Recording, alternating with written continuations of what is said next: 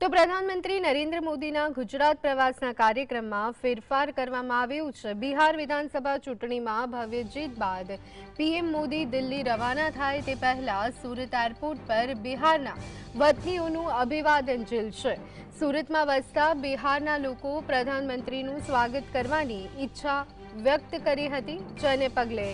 CR Patil અને હર્ષ સંઘવીએ પીએમને રજૂઆત કરી હતી। પ્રધાનમંત્રીએ આ રજૂઆત સાંભળી અને એરપોર્ટ બહાર આવી લોકોને મળવા માટે સહમતિ આપી છે। આજે સાંજે 4 વાગે સુરત એરપોર્ટ બહાર અંદાજે 10 થી 15,000 બિહારના લોકો પીએમ મોદીના સ્વાગત માટે એકઠા થવાના છે, જ્યાં પ્રધાનમંત્રી બિહારવાસીઓને ધન્યવાદ કહેશે।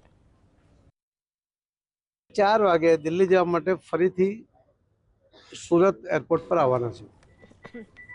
બિહારના વિજય પછી બિહારવાસીઓ જે સુરતમાં છે એમણે ઈચ્છા વ્યક્ત કરી હતી કે અમે સાહેબનું સન્માન કરીએ અને અમે માનનીય પ્રધાનમંત્રી મોદી સાહેબને બિહારના લોકોની જે ઈચ્છા છે એ વ્યક્ત કરી।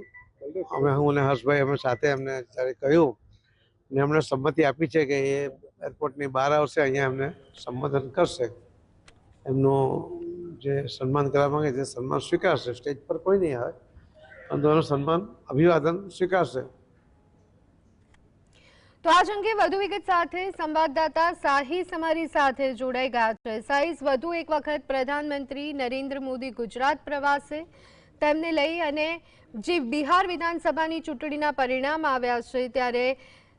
વતનીઓનું અભિવાદન તેઓ પોતે ઝીલવાના છે। બિહારના વતનીઓનું શું વિગતો? બિલકુલ તે ચોક્કસપણે વડાપ્રધાન આજે ગુજરાતની મુલાકાતે છે અને ખાસ કરીને સુરત શહેરની અંદર એરપોર્ટ પર જે છે વહેલી સવારે ઉતર્યા હતા 9 વાગ્યા દરમિયાન, અને ત્યારબાદ તેમને સન્માન કરવા માટે જળશક્તિ મંત્રી સીઆર પાટીલ અને ડેપ્યુટી સીએમ હર્ષ સંઘવી પહોંચ્યા હતા અને ત્યારબાદ તેમને તાત્કાલિક ધોરણે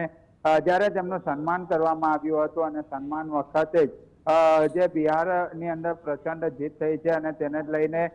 સુરત શહેરની અંદર પણ બિહારના કેટલાક વતનની રહેતા હોય છે તેમની જોડે કેટલીક મુલાકાતો કરવાના હતા અને તેને લઈને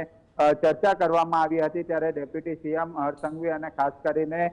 જળશક્તિ મંત્રી સીઆર પાટીલ દ્વારા વડાપ્રધાનને એક રજૂઆત કરી હતી કે સંપૂર્ણ કાર્યક્રમ જિલ્લાનો પૂર્ણ થયા બાદ સાંજે 4 કલાકે સુરત એરપોર્ટ ખાતે પહોંચ્યા અને એરપોર્ટ ખાતે આવ્યા બાદ એક આયોજન કરવામાં આવ્યું છે અને તેને લઈને અત્યારે જે સ્થિતિ જોવા મળી રહી છે, આપણે એ દ્રશ્યો પણ બતાવવાનો પ્રયત્ન કરી રહ્યા છે કે હાલ સુરત એરપોર્ટ પર અત્યારે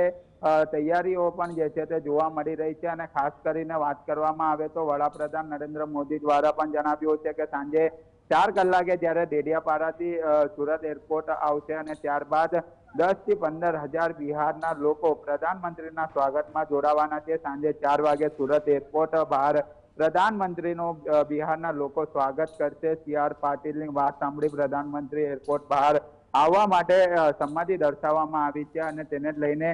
જે સ્થિતિ અત્યારે જોવા મળી રહી છે, અત્યારે એરપોર્ટની અંદર તમામ પોલીસનો સ્ટાફ, સીઆઈએસએફ સહિતના જે અધિકારીઓ જે છે તે અહીં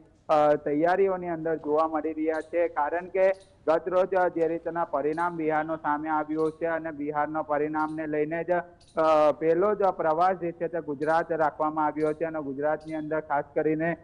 જે રીતના ડેડિયાપાડા અત્યારે અંત્રોલી ખાતેથી ડેડિયાપાડા પહોંચી ચૂક્યા છે અને જે રીતના કાર્યક્રમ પૂર્ણ કર્યા બાદ વડાપ્રધાન જે છે 4 વાગ્યાના ટકોર દરમિયાન સુરત એરપોર્ટ ખાતે આવશે અને સુરત એરપોર્ટ પર જ 10 થી 15,000 જેટલા બિહારવાસીઓ સાથે મુલાકાત કરશે અને એક સભા જે છે તેવી યોજવામાં આવશે એવી વાત જે છે તે અત્યારે સામે આવી રહી છે। અચાનક જ આજે પ્રવાસ સામે આવ્યો હતો ત્યારે પોલીસ વિભાગની અંદર પણ કામગીરીમાં દોડધામ જોવા મળી રહ્યું છે। જિલ્લા કલેક્ટરની ટીમ પણ અત્યારે કામગીરીમાં જે છે તે લાગી ચૂકી છે અને બિહાર જે ચૂંટણીને લઈને જે વડાપ્રધાન નરેન્દ્ર મોદી બિહારવાસીઓને મળવાના છે ત્યારે સુરત એરપોર્ટ પર પોલીસની ટીમો અને અત્યારે તમામ તૈયારીઓ પણ જે છે તે કરવામાં આવી છે। જી બિલકુલ સાહિસ, જે રીતે બિહારમાં એનડીએ શાનદાર જીત મેળવી છે ત્યારે બિહારના વતનીઓનું અભિવાદન પણ આજે વડાપ્રધાન ઝીલવાના છે, શું કહેવું છે તે તમામ લોકોનું?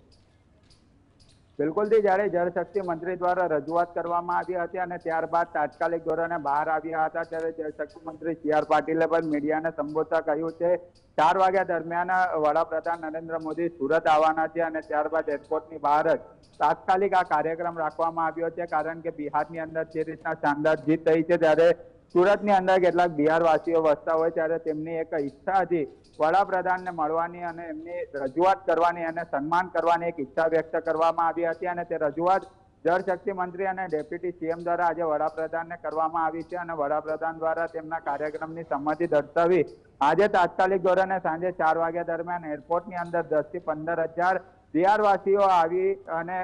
કાર્યક્રમ જે છે તે યોજવામાં આવશે। ક્યાંક ને ક્યાંક આ સમાચાર મળતાની સાથે જ બિહારવાસીઓની અંદર પણ એક ખુશીના સમાચાર જે છે તે જોવા મળી રહ્યા છે। જી આભાર સાહિદ, સમગ્ર માહિતી